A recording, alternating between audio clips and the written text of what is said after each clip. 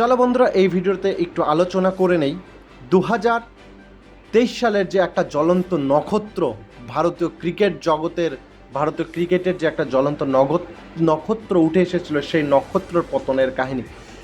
2024 সালে যেই ছেলে একদম টিপ টিপ অবস্থায় রয়েছে, নিভে যাচ্ছে অবস্থায়। হ্যাঁ, আমি ভারতের একজন দুর্দান্ত প্লেয়ার জয়সওয়ালের কথা বলছি। যে জয়সওয়াল 2023-এ আইপিএলে দুর্দান্ত পারফরমেন্স করেছে, তাক লাগিয়ে দিয়েছে গোটা ক্রিকেট দুনিয়াকে। এমনকি তার ডাক পড়ে গেছে ভারতের জাতীয় দল থেকে, এবং জাতীয় দলের হয়ে তিনি ম্যাচও খেলে ফেলেছে। কিন্তু সেই জয়সওয়াল 2024-এ আইপিএলে চারটা ম্যাচ খেলে মাত্র 39 রান করেছে, এবং তার এই 39 রান করার সাথে সাথে তার যে 2024 সালের বিশ্বকাপের যে টিকিট, সেই টিকিটটা যে কনফার্ম, সেটা আর হচ্ছে না। হয়তোবা এইরকম পারফরমেন্স করে থাকলে জয়সওয়ালের বিশ্বকাপ খেলার স্বপ্নই থেকে যাবে।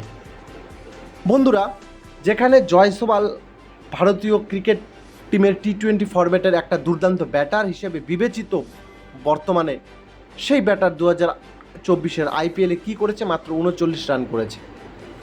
যেখানে জয়সওয়াল 2024-এ তার কেরিয়ার প্রথম ম্যাচে 12 বলে 24 রান করেছে, দ্বিতীয় ম্যাচে 7 বলে 5 রান করেছে, তৃতীয় ম্যাচে 6 বলে মাত্র 10 রান করেছে, 6 বলে 10 রান, এবং তারপর যে চতুর্থ ম্যাচটা খেলেছে, সেই ম্যাচে তিনি 0 রানে আউট হয়েছে 2 বল খেলে।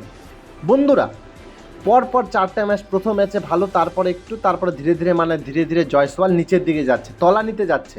মানে তার পারফরমেন্সের এতটা অবনতি হয়েছে। তিনি যদি এই পারফরমেন্স বজায় রাখে, তাহলে কিন্তু 2024-এর বিশ্বকাপে হয়তোবা এই দুর্দান্ত ব্যাটিং লাইন আপের যে একটা অংশ ছিল, সেই অংশ আর থাকতে পারবে না জয়সওয়াল। কারণ কম্পিটিশনের যুগ, যেখানে অলরেডি ভালো করতে শুরু করেছে শুভমন গিল, কলকাতার একজন আরও ভারতের নতুন প্লেয়ার রঘুবংশী, এরা দুর্দান্ত পারফরমেন্স শুরু করেছে। তবে কেনই বা জয়সওয়ালকে নিবে? তাহলে কি জয়সওয়ালের বিশ্বকাপ এবার অনিশ্চিত হতে চলছে? তো দেখা যাক কি হয় তার সামনের ম্যাচগুলোতে, কারণ ঘুরে দাঁড়াতে পারবে, তার কনফিডেন্স আছে।